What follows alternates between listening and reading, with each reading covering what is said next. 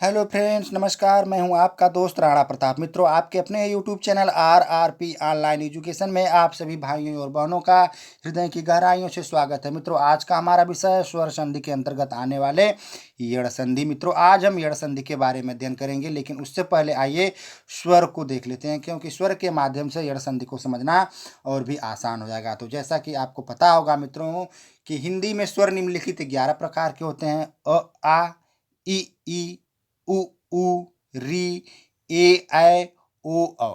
ये हिंदी में 11 स्वर होते हैं। मित्रों, आपने देखा कि दीर्घ संधि, गुण संधि, वृद्धि संधि में कहीं ना कहीं प्रथम शब्द के अंत में अ या आ स्वर आता है। प्रथम शब्द के अंत में क्या आता है? अ या आ स्वर आता है। लेकिन मित्रों, यड़ संधि में ऐसा कुछ भी नहीं है। इसके प्रथम शब्द के अंतिम वर्ण में मित्रों छोटी ई या बड़ी ई, छोटा ऊ या बड़ा ऊ, री या री शब्द आते हैं। ठीक है, आइए अब हम इसकी परिभाषा को देखते हैं।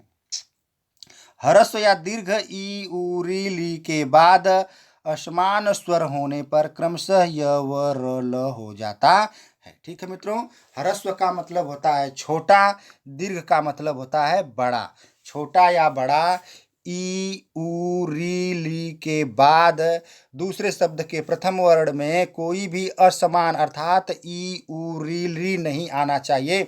इसके अलावा कोई दूसरा स्वर आता है तो उसके स्थान पर क्रमशः य, व, र, ल हो जाता है। और यह ई के स्थान पर य, उ के स्थान पर व, री के स्थान पर र और री के स्थान पे ल होता है। ठीक है दोस्तों, आइए अब हम इसके नियम को देखते हैं। यदि प्रथम शब्द के अंतिम वर्ण में दोस्तों छोटी ई या बड़ी ई हो और द्वितीय शब्द के प्रथम वर्ण में कोई भिन्न स्वर हो तो छोटी ई या बड़ी ई का य हो जाता है। उसी तरह से यदि प्रथम शब्द के अंतिम वर्ण में छोटा ऊ या बड़ा ऊ हो और द्वितीय शब्द के प्रथम वर्ण में कोई भिन्न स्वर हो तो छोटा ऊ या बड़ा ऊ का व में परिवर्तन हो जाता है। इसी तरह से मित्रों, अगर प्रथम शब्द के अंतिम वर्ण में री हो और द्वितीय शब्द के प्रथम वर्ण में कोई भिन्न स्वर हो तो दोस्तों री का र में परिवर्तन हो जाता है। ठीक है, आइए अब आगे देखते हैं।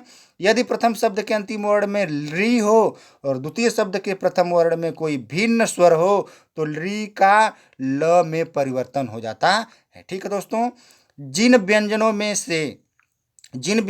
से छोटी ई या बड़ी ई, छोटा ऊ या बड़ा ऊ, री या री निकल जाएंगे वे हलंत के रूप में प्रयोग होते हैं। क्या निकल जाते हैं दोस्तों?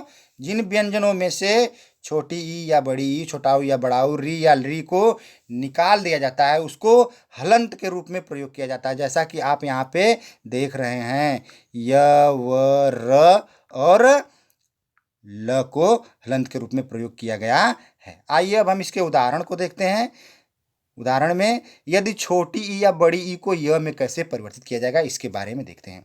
तो अति धन अधिक बराबर दोस्तों अत्यधिक होता है। अति धन अधिक बराबर क्या होता है? अत्यधिक होता है। तो यहाँ पे आप देख रहे हैं कि प्रथम शब्द के अंतिम वर्ण में ई स्वर आया है तो यहाँ पे ई हो गया, और द्वितीय शब्द के प्रथम वर्ण में अ स्वर आया है तो यहाँ पे अ हो गया। तो इस तरह से ई प्लस अ हो गया। जब प्रथम शब्द के अंतिम वर्ण से ई स्वर को निकाल दिया गया दोस्तों तो यहाँ पे अत हो जाएगा, यहाँ पे हलंत लग जाएगा और प्लस ई का दोस्तों य में परिवर्तन हो जाएगा, और द्वितीय शब्द के प्रथम वर्ण में अ आया है तो अ यहाँ पे हो जाएगा, और जो शेष शब्द बचते हैं उसको उसी तरह से लिख दिया जाता है। तो यहाँ पे उसी तरह से इसको लिख दिया गया। तो इसको अब आप देख रहे हैं कि यह कैसे बनेगा। तो यहाँ पे आप देख रहे हैं कि अ है तो यहाँ पे अ हो गया, यहाँ पे आधा त है तो यहाँ पे आधा त हो गया।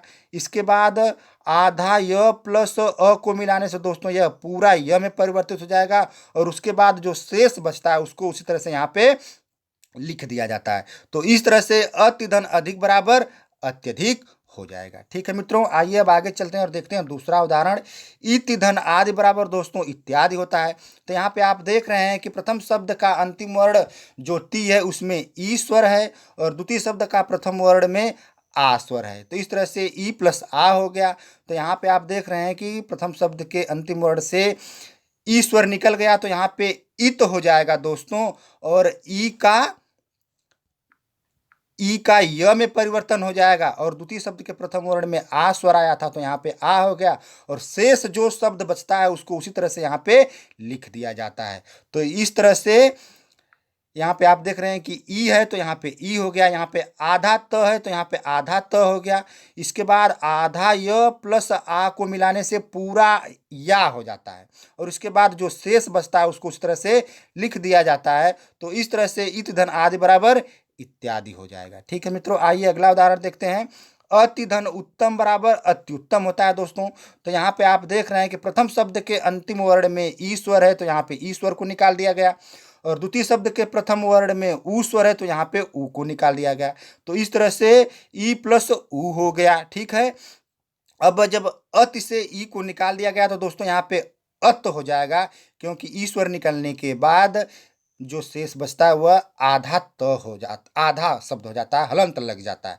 तो यहाँ पे आप देख रहे हैं त पे हलंत लग गया और ई का दोस्तों य में परिवर्तन हो गया तो इसलिए यहाँ पे य हो गया और द्वितीय शब्द के प्रथम वर्ण में ऊ है तो यहाँ पे ऊ हो गया और शेष जो बचा उसको उसी तरह से यहाँ पे लिख दिया गया। तो इस तरह से अति धन उत्तम बराबर अत्युत्तम हुआ। अब यह हुआ कैसे उसको देख लेते हैं। तो आप देख रहे हैं कि यहाँ सबसे पहले अ है तो यहाँ पे अ हो गया, यहाँ पे आधा त है उसके बाद तो यहाँ पे आधा त हो गया, आधा य प्लस ऊ को मिलाने से यहाँ पे यू हो जाता है और उसके बाद जो शेष बचता है उसको उसी तरह से लिख दिया जाता है। तो इस तरह से अति धन उत्तम बराबर अत्युत्तम हो जाएगा। ठीक है दोस्तों, आइए अब आगे चलते हैं और देखते हैं छोटाऊ या बड़ाऊ को व में कैसे परिवर्तित किया जाता है। तो आप देख रहे हैं कि मधु धन अरि बराबर मध्वरी होता है।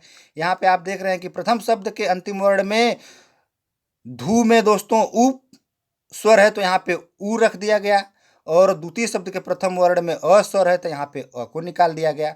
तो इस तरह से ऊ प्लस अ हो गया। अब आप आगे देखिए कि जब मधु से ऊ को निकाल दिया गया दोस्तों तो यहाँ पे मध हो गया, आधा ध है और ऊ का व में परिवर्तन हो गया और द्वितीय शब्द के प्रथम वर्ण में अ है तो यहाँ पे अ आ गया प्लस अ हो गया और प्लस इसके बाद जो शेष बचता है उसको उस तरह से लिख दिया जाता है।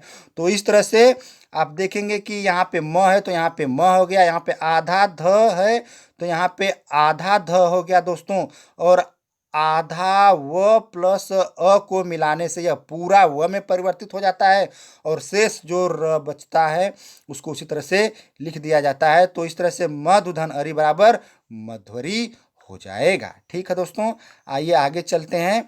सुधन आगतम बराबर स्वागतम होता है दोस्तों। तो यहाँ पे आप देख रहे हैं कि सु से ऊ स्वर को निकाल दिया गया और आगतम में आप देख रहे हैं कि द्वितीय शब्द के प्रथम वर्ण में आ स्वर है तो यहाँ पे आ रख दिया गया। तो इस तरह से ऊ प्लस आ हो गया। अब जब सु से ऊ को निकाल दिया गया दोस्तों तो यहाँ पे आधा स हो गया प्लस आप देख रहे हैं कि ऊ का क्या हो जाता है, व में परिवर्तन हो जाता है, ऊ का व में परिवर्तन हो जाता है और दूसरे शब्द का प्रथम वर्ण आ स्वर है तो यहाँ पे आ हो गया और इसके बाद जो शेष बचा हुआ शेष यहाँ पे लिख दिया गया। तो इस तरह से आप देखेंगे कि आधा स पहले है तो यहाँ पे आधा स हो जाएगा, फिर आधा व प्लस आ को मिलाने से पूरा वा हो जाएगा दोस्तों और इसके बाद जो शेष बचता है उसको उसी तरह से आगे लिख दिया जाता है। तो इस तरह से सु धन आगतम बराबर स्वागतम हो जाएगा। ठीक है मित्रों, आइए अब आगे चलते हैं और देखते हैं री का र में कैसे परिवर्तन होता है। तो पितृधन आदेश बराबर पित्रादेश होता है। तो आप यहाँ पे देख रहे हैं कि प्रथम शब्द के अंतिम वर्ण में री स्वर है तो यहाँ पे री को निकाल दिया गया और द्वितीय शब्द के प्रथम वर्ण में आ स्वर है तो यहाँ पे आ को निकाल दिया गया।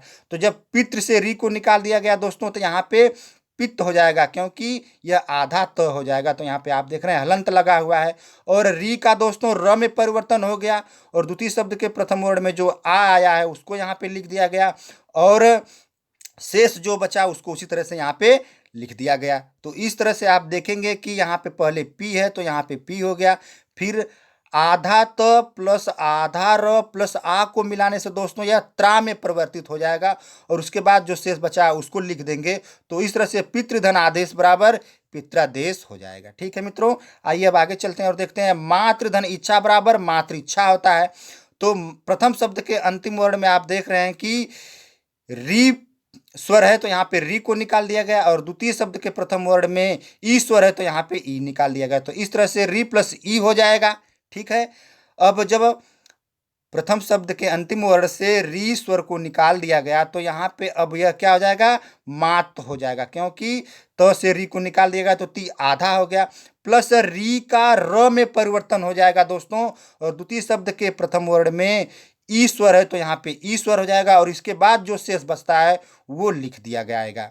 ठीक है, तो अब आप देखेंगे कि पहले माँ है तो यहाँ पे माँ हो गया, आधा त प्लस आधा र प्लस ई को मिलाने से दोस्तों ट्री में परिवर्तित हो जाएगा, और इसके बाद जो शेष बच्चा है उसको यहाँ पे लिख देंगे। तो इस तरह से मातृ धन इच्छा बराबर मातृच्छा हो जाएगा। ठीक है मित्रों, आइए अब आगे चलते हैं और देखते हैं ली का ल में कैसे परिवर्तन होता है। तो आप देख रहे हैं ली धन आकृति बराबर मित्रों लाकृति होता है। तो आप देख रहे हैं कि ली से जब ल को निकाल दिया जाएगा तो यहाँ पे ल आधा हो जाएगा, और द्वितीय शब्द के प्रथम वर्ण में आ स्वर है तो यहाँ पे आ को निकाल दिया गया, तो इस तरह से ल प्लस आ हो गया, आधा ल प्लस आ हो जाएगा दोस्तों। ठीक है, आइए अब आगे देखते हैं। जब यहाँ क्योंकि यहाँ पे एक ही शब्द है, ली से ल को निकल दिया गया तो यहाँ पे आधा ल ही बचेगा, और द्वितीय शब्द के प्रथम वर्ण में आ स्वर है तो यहाँ पे आ हो गया, और इसके बाद जो कृति शेष बचा उसको यहाँ पे लिख दिया जाता है।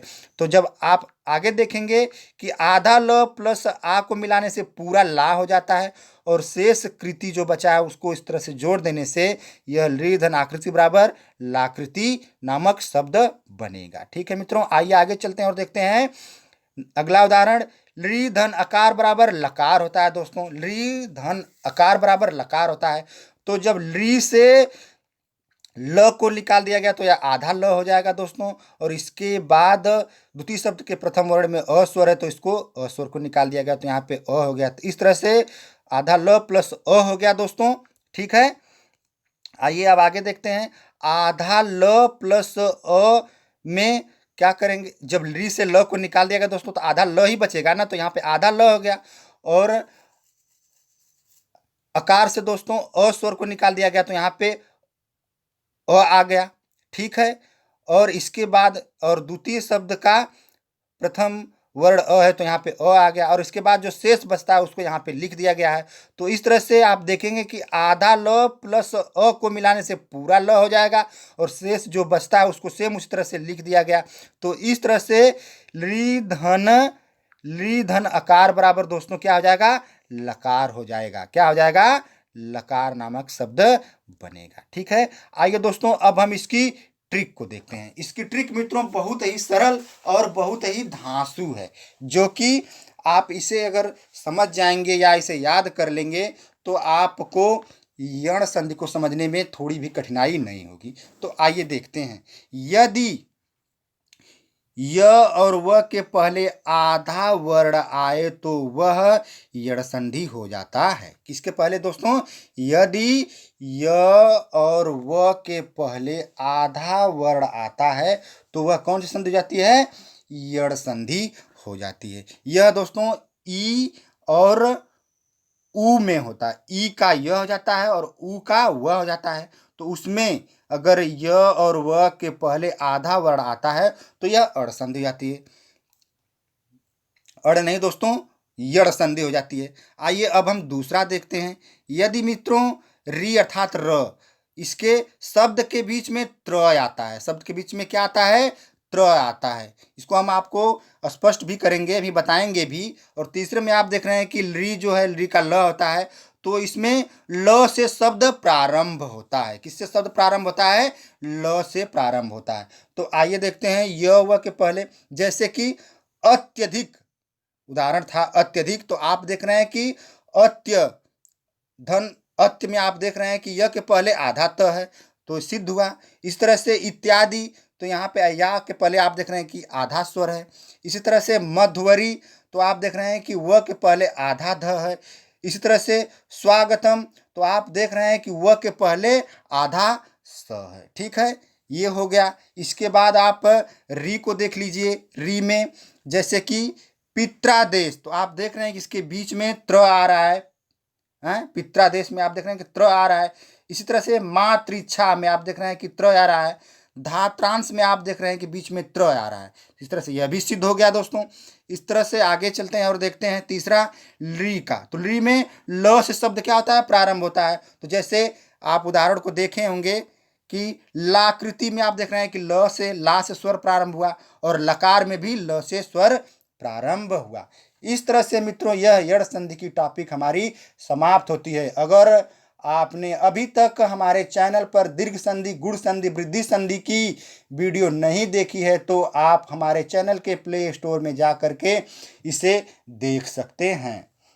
अगर दोस्तों आपको यड़ संधि की यह वीडियो अच्छी लगी तो आप इसे लाइक, शेयर और कमेंट करना ना भूलें। और दोस्तों आपसे मैं अंत में यह रिक्वेस्ट करूंगा कि आप अपने इस चैनल RRP ऑनलाइन एजुकेशन को सब्सक्राइब करना ना भूलें और घंटी को प्रेस करना भी ना भूलें, जिससे कि आप लोगों के लिए आने वाली किसी भी वीडियो की नोटिफिकेशन समय से प्राप्त हो सके। इसी के साथ दोस्तों अगली वीडियो तक हम आपसे इजाज़त चाहते हैं, तब तक के लिए नमस्कार।